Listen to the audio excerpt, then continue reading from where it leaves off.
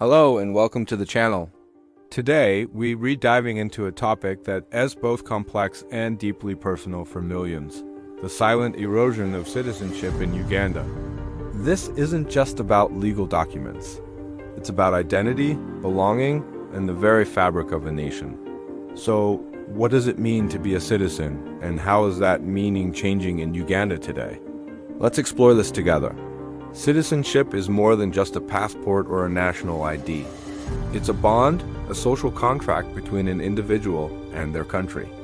It grants rights, like the right to vote, to own land, and to receive protection from the state.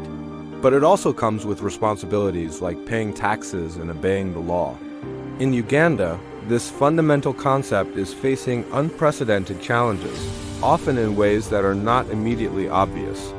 Let's start with the legal framework. Uganda's 1995 constitution is quite clear on who is a citizen. You can be a citizen by birth, registration, or naturalization.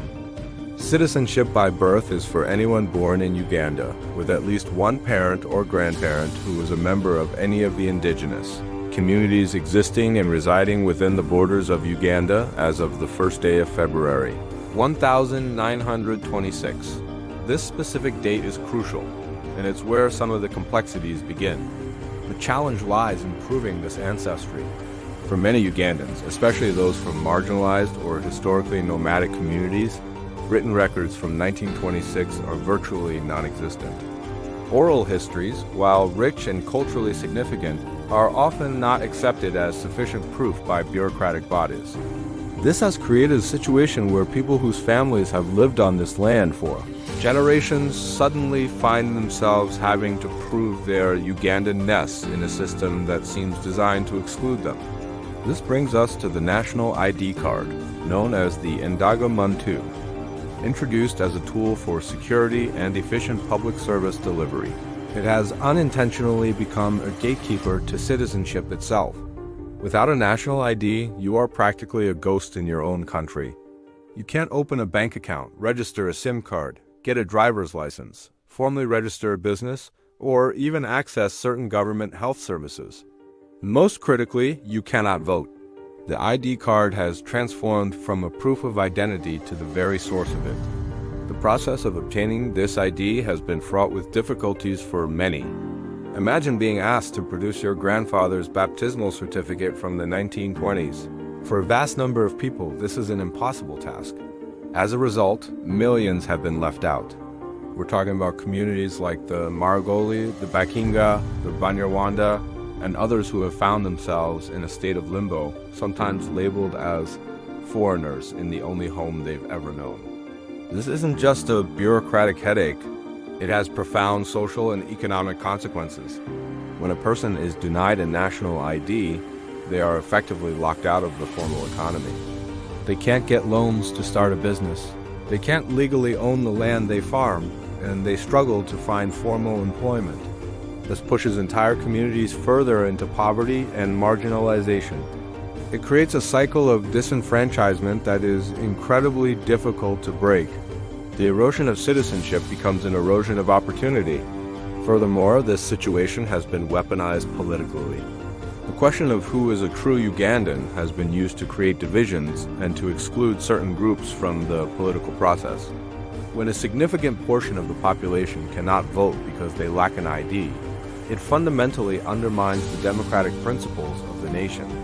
Elections become less representative, and the voices of the marginalized are silenced. This isn't a loud, violent conflict. It's a quiet, systematic dismantling of civic rights that can be just as damaging in the long run. Let's consider the psychological impact. What does it do to a person to be constantly questioned about their identity, to be told they don't belong in the land of their birth? It creates a deep sense of insecurity and alienation.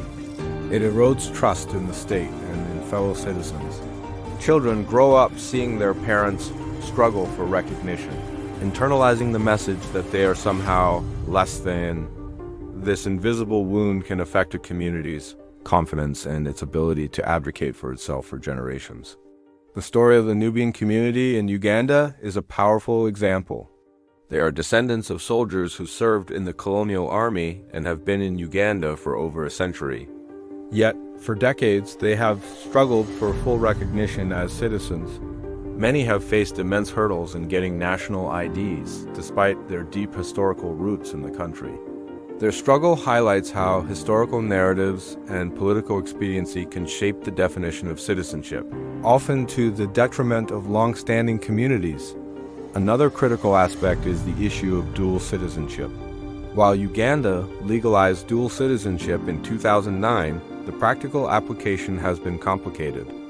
Many in the diaspora who wish to reclaim their Ugandan citizenship and contribute to the country's development have found the process to be expensive, slow, and confusing. This creates a barrier for talented and resourceful Ugandans abroad who could be a vital part of the nation's growth. Instead of building bridges, the bureaucracy sometimes builds walls. So what is the path forward? The solution isn't simple, but it must begin with a more inclusive and flexible approach to verifying citizenship.